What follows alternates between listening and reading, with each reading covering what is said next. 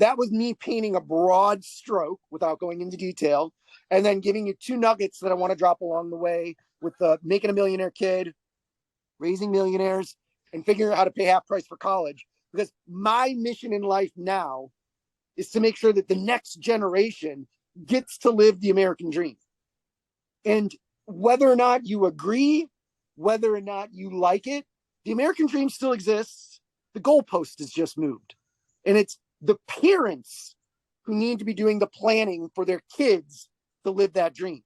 Letting them go off and thinking that they're going to take out student loans, they're going to be able to pay those back and save money to buy a house at the normal economic conditions, which could get worse, is malarkey.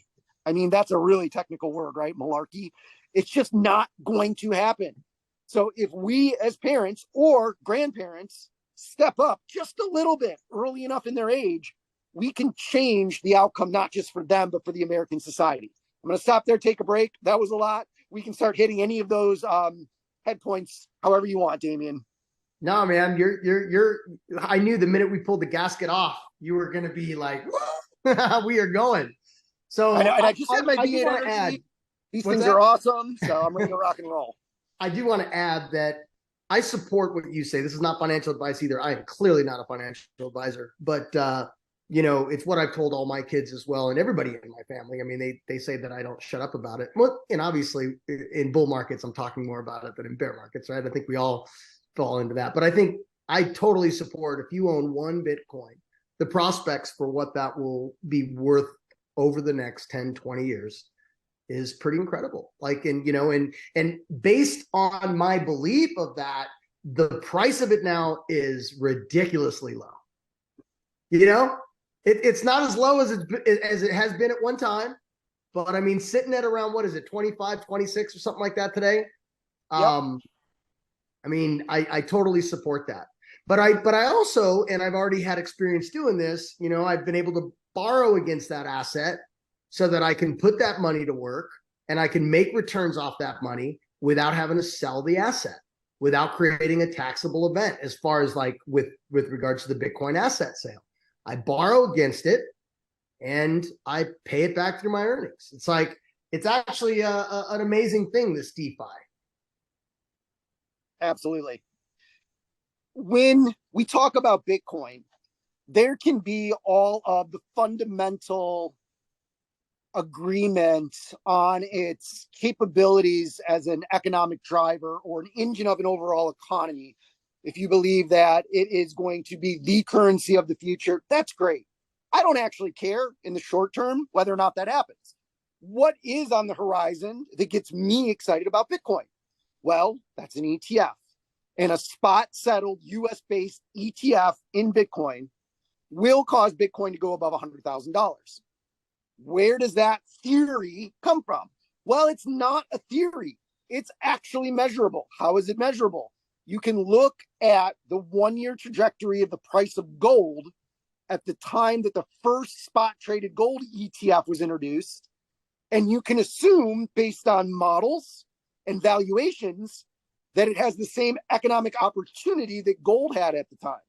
Now, people can say that gold had other use cases in jewelry or was a reserve currency for federal governments. Well, there's a lot of governments out there now where Bitcoin is their reserve currency, right? And there's a lot of use cases for Bitcoin, whether it be DeFi, ordinals, and different things that we haven't even thought of yet that are being created that does give it a use case that might even be better than gold. Like, I'm not wearing any gold. Even my Rolex is silver. It will be driven in its next leg by the ETF. And if you're paying attention, you know that Grayscale just won their court case against the SEC, where the courts found that the SEC's ruling for not allowing them to have an ETF was not substantiated by the evidence that was presented. Now, that didn't automatically trigger an ETF approval, but it definitely cleared the way for one of the largest hurdles. Right after that, though, the SEC said, well, we need time to figure all this out. We're going to push all the ETF applications to 2024. So it's coming. BlackRock has gotten, their win rate for applying for ETFs is 513 to 1. That means out of 514 ETF applications, they've been approved 513 times. They control the effing government and all of the people. And if they can't control you, they buy you. They quadruple your salary and they have you come work for them so they can buy the person after you. That's not a conspiracy theory. There's actually data that can support that, and you can actually track the people that move from between the organizations pretty easily online. The Bitcoin ETF is coming. I've been saying we need to be with the Bitcoin ETF is going to be the next leg up in this economic engine since 2018, and it's going to be 2024 before it happens. It took 6 years, but it's happening. It's happening right in front of us. A $25,000 Bitcoin will be worth $100,000 within 1 year of the ETF launching, based on the models of what gold did when the gold ETFs launched. Spot traded. This is an opinion. This is data driven. This is taking Ray Dalio's methodology for looking at historical events and comparing them to current events in order to create a predictive model or outcome that we're working towards. Okay, first off, I am on my phone because I wanted to sit outside. Who here has kids? Kids, let's say, that are under the age of 14. And I would also maybe ask, and you can specify if you have grandkids as well. Yeah, or grandkids that you want to make millionaires. Oh, I'm looking the wrong way. There we go. All right. All right, cool. We're getting a couple responses here. Sorry, I'm on my phone. I think my picture disappears. No, you're good there. This is such a simple strategy. And I will admit that the person that taught me this, it was 2017. And I just found out we were having our first kid. And I was a little freaked out. I'm like, okay, I've made money, but I've had some trials and tribulations in life. I was homeless at 15. I was begging for food on my 17th birthday so I could get a fucking cheeseburger at McDonald's. Like, life didn't start out great for me. And I didn't want my daughter to have to deal with that. So I started walking or looking around at all the different things, whether it's IRAs, 529s, brokerage accounts, bonds, life insurance, savings accounts, all of these different things. And most of us have heard of a Roth IRA. But did you know that if you open up a Roth IRA for your kid who's under the age of 12, and you make a one-time deposit of $6,500, and that's at the age of 12, you need to do $6,500. At 1, you can do $2,500. By the time they reach 65 years old, compound interest would have turned that $6,500 into $1 million. A one-time deposit of $6,500 in a Roth IRA for a child under the age of 12 will be $1 million in compound interest by the time they retire. And this is not speculation, like whether Bitcoin will be 100,000 or not. This is real. Warren Buffett. This can be quoted. It's actually Albert Einstein that said that compound interest is the 8th wonder of the world. But it's what Warren Buffett always preaches. Put $6,500 into an account, buy the S&P 500, SPY, and forget that you ever did that. And now your kids, well, inflation adjusted, are pretty well close to being set for life. Or they'll at least have more money than 78% of Americans at that age. You can continue putting more. And if you put the 6,500 in when they're 1, it's actually $3.2 million by the time they turn 65. So Latoya, it's such an easy thing to do. Latoya says future kids. Well, there you go. You're way ahead of the game there, Latoya. Absolutely, be prepared. And here's what you have to do to make this work. People get scared because they have to have earned income. My kids are in my marketing. If you look at my Facebook ads for my book, or if you look in my group, you'll see pictures of my son and daughter all over the place. Why? Because I pay them a modeling fee. And that modeling fee is their earned income so that they can make deposits into their Roth IRAs. They pay their taxes like everybody else. I always joke with people that if you're not an adult until you pay taxes, fuck, my kids were adults before they were potty trained. But it's the right thing to do. And by doing that one thing, and we're going to talk about how to pay half price for school here in a second, imagine how much different their life will be. And it's not about raising spoiled brats. It's about freedom. What is freedom? Freedom is the ability to make your own decisions about how you want to live your life. And if you don't have student loan debt, you're not worried about how you're going to pay for your house. You're not worried about what you're going to do in retirement or when you're old. Imagine the different decisions you can make. Yes, you can become a fucking drug addict and end up in a gutter. But that's the parents' job, to teach them to be good human beings, to set them up for success, both mentally and financially and emotionally, of course. And that's the difference. The people that typically say that they're worried about the worst case scenarios are the ones that have a negative mindset, which is why I'll give you guys the course that we just did on overcoming a poverty mindset. It's been one of the biggest things that I've had to work on in my life.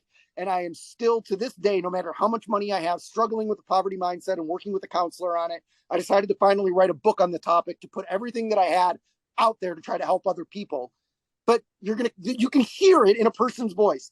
I can tell within 5 minutes of talking to someone, in most cases, how successful they're going to be in life and how successful their kids are going to be in life by the words that they say and the things that they think. That can be changed once you're aware, but if you're not aware, you'll never change it. So a little bit of a rant there. No, give me an example, like of the words and. Okay. The first example is just that. I don't want to save for my kids' future because I want them to learn how to work hard. Bullshit. I don't want them to have money because they'll turn out to be dirtbags. Bullshit. That just means you're a shitty parent, not that you plan for their finances. Okay? If you plan for both, and if you work with them, you teach them. Our public schools are not going to do it, and my kids go to public schools, good school district, but I know that I have to teach them about their finances. I know I have to teach them how to be a good person. I know I have to teach them the difference between right and wrong. Not having money is not going to help them be any better at those things. It's just going to stress them out. And it might cause them to go to school, end up with a bunch of student loan debt, have to take a job that they really don't want because they have to pay off their student loans.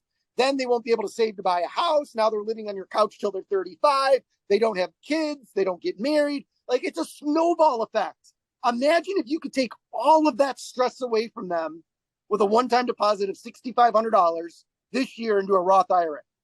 I'm being a little facetious there. Like, we can't protect them from the world with one cash deposit, but we sure as hell can make their life a little bit easier, can't we? Yeah, I mean, there's a lot of people on this call that are like, where in the hell am I supposed to come up with $50,000 to put into a 529 account? Start out with $50 a month. Whatever it takes to get started. I would wager to say that most people on this call are in some way an entrepreneur or a side hustler. And that some months you have these months where you're like, damn it, I can't get anything to work. And then some months you're like, holy shit, where did all this money come from? They might be few and far between, but on those good months, write a check for your kids. It's going to pay off 5 to 10 times better for them than anything that you could do for yourself now. You want to go buy a boat? Fuck that. Put the money into a 529 and now you've just bought them a college education. $200,000 for the $25,000 you were going to spend on that boat. We're not telling you to go back to eating ramen noodle like I did in college. I'm not telling you to beg for cheeseburgers like I did on my 17th birthday. I'm just saying that if the money is properly allocated for our kids and we're actually paying attention and not living under a rock, we can give them back the American dream. We can give them the life of freedom that will allow them to become the doctors that solve cancer, the lawyers that work for civil rights movements, maybe they go to Mars with Elon Musk because they don't have student loans to pay off, or hell, maybe they go to Mars because they do have student loans to pay off. I don't know how that's going to work out, but it's really giving them the opportunity that so many of us, and I guarantee you half the people on this call can relate to the fact that we didn't have all of the opportunities in life because we had to fight so hard just to survive so often that just imagine if it would have been just a little bit different. Yeah, absolutely. Sorry, I get emotional. Yeah, no, this that's awesome, man. You really have a deep passion for this. I mean, I love that you're spreading the word through your book. So let's pop the link to your book in here and tell us a little bit about the book. Yeah, the book is called Give Your Kids Financial Freedom. And it walks through what we developed as the early method, ERLI. Education, retirement, life expenses, and insurance. It walks you through how to systematically set up a system to ensure financial security for your kids and for yourself. It shows you how to buy their first car, pay for them to go to college, pay for their wedding and honeymoon, pay for their first house, fund their retirement, and cover them with life insurance all throughout, all for pennies on the dollar. Again, $5,000 into $1 million. I mean, what is that? 1/2 of 1% cost just by planning a little early. And it really talks about my story of how I was raised without any of that. And that's a tax-free earning, right? That's a tax-free earning, right? Oh, absolutely. And how my wife's parents bought her savings bonds, which ended up buying the down payment on the house that we're living in today, paid for her college. So she didn't have debt. So that when she graduated, she was able to buy a business with money that they had saved for her. Now she bought a business for $300,000 and now it's worth like 10 million. That was all on her, but she didn't have the stress or the burden that the rest of us have to live with. So it was a compare and contrast of her life versus my life, basically from a parenting perspective, looking at it from what could I do as a parent to give my kids the best chances of success. And I started writing it in 2017. There was an iteration of it in 2018 that I shared on social media, but it wasn't until earlier this year that I was like, you know what? I finally have to get this bound to my publisher and get it out there into the world. And so far we've sold 2,500 copies of it, which is pretty good. And it continues to grow. It's like 100 a week right now. And it's super exciting for me to see this word spreading. So you've got the link there in the chat. For those of you on here, you can get the book there. And for those of you YouTube viewers, it's going to be in the show notes. So you'll see a link down there for to take advantage of getting this book, getting a hold of this book for free. Yeah, and one thing that I would say is once you get the book download, if you respond back to that email and just say, Damien is awesome, I'll give you all of those other trainings that he talked about earlier. And they're just bolt on. Once you have your login, I can just click a button and you've got all of them. So that'll be your way to get the bonuses. That's fantastic, man. Thank you. So before we do that, Rodger, tell us a book that you would recommend to this audience and why. All right. So I'm going to give 3. So for those of you that don't know, I am a book collector. I have 3,700 volumes. 2,700 of them are rare first editions. So I am constantly reading. Number 1 would be The Wealthy Gardener. It would be for anyone that thinks that wealth is out of their reach and that the only way to become wealthy is to be lucky. The reality is that wealth takes time, it takes hard work, it takes dedication, and it takes systematic approach to build. The Wealthy Gardener, a little bit of a tearjerker at the end, potentially, depending on how emotionally dead you are inside, is a great book to read if you want to hear about. Sorry, I was looking at the question. If you want to understand that there's more millionaire plumbers in the country than there are millionaire tech CEOs. We only hear about the millionaire tech CEOs because many of them become billionaires. But the reality is that most of them own plumbing companies. They own electrical contracting companies. They might own a tow truck company. That's where the majority of wealth in this country is built, is in that middle. Most people might not agree with that. Statistically, it's proven. The second book, for those of us that are in marketing and sales, would be Hormozi's $100 million offer. I knew that was coming. Oh my goodness. I told my wife, I started reading it and I could not go to sleep until I finished it. And it was one of the greatest sales and marketing books I've ever read. And here's why. Here's the context behind that. A lot of the gurus, mastermind founders, trainers, what they tend to do is they're more like college professors. They teach you the philosophy, and then every once in a while, they'll look at your homework and tell you one thing that you did wrong. Don't get me wrong. That's great. That's what most education is built off of. Alex is like, fuck that. Let me do your homework for you, give you the answer key, and then explain every single one of the questions to you so that even if you're an idiot, you can absolutely get it. I took Hormozi's book, I built it into Chat GPT prompts this week, and I can now output an offer and a whole bonus course, 5 bonus courses off of Chat GPT prompts. I freaking love it. I talked to Sean Bossler about automating it. We'll see if we can get that done. The third one is, I'm going to go a little philosophical. I think it's, I know I can see the cover. It's blue with a gold trim around it. I think it's called Dare Greatly, or Greatly Daring. And it talks about finding your purpose in life.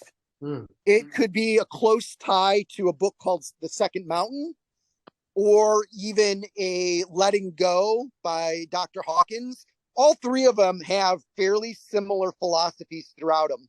And it is like, I'm 45 years old. I made my first million at the age of 28, and then had a lot of trouble through my 30s. Drinking, drugs, partying, blowing money, No one trained me on what to do with my money, lost it all and had to build it all back again. I'll be sober 10 years this November.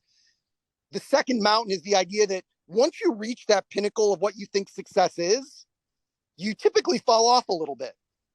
And if you can pull yourself up, the second mountain you climb will be the greatest adventure of your life. And this journey, this raising millionaires, this give your kids financial freedom is my second mountain. It's my purpose. It's my journey. It's not about like everything's free. All of my trainings are free. No one's going to ask you for money for any of these trainings. It's because my purpose is to train the next generation of millionaires, to take 1,000 kids out of poverty and make them millionaires so that they can change the world for us. This is my second mountain. So that book, The Second Mountain, Daring Greatly, it is called Daring Greatly now that I think about it, or Dr. Hawking's Letting Go. You put those three together into a more philosophical approach to life, and that's a great combination of literature that you can read. That's perfect, man. Thank you.